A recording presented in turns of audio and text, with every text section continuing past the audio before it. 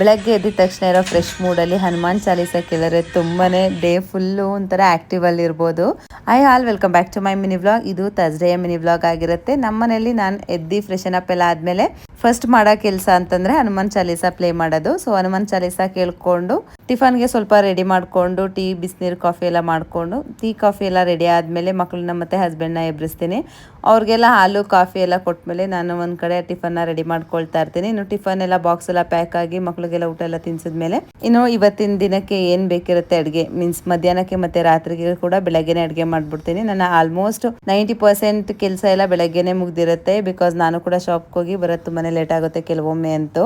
ಇನ್ನು ಶಾಪ್ಗೆ ಹೋಗ್ತಿದ್ದಂಗೆ ದನು ಕೂಡ ಪೂಜೆ ಎಲ್ಲ ಮುಗಿಸ್ಬಿಟ್ಟು ಟಿಫನ್ಗೆ ಅಂತೇಳಿ ಟಿಫನ್ ಮಾಡಿದ್ರು. ಹಾಗೆ ಈವ್ನಿಂಗ್ ಬರ್ತಾ ಸ್ವಲ್ಪ ಬೆಳ್ಳಿಯಲ್ಲಿ ಈ ಗೋಲ್ಡ್ ಪಾಲಿಶ್ ಹಾಕಿರೋ ಅಂಥದ್ದು ಓಲೆ ತಗೊಳ್ಳೋಣ ಅಂತೇಳಿ 2 ಜೊತೆ ಓಲೆ ಕೂಡ ಸೆಲೆಕ್ಟ್ ಮಾಡಿ ತಗೊಂಡೆ.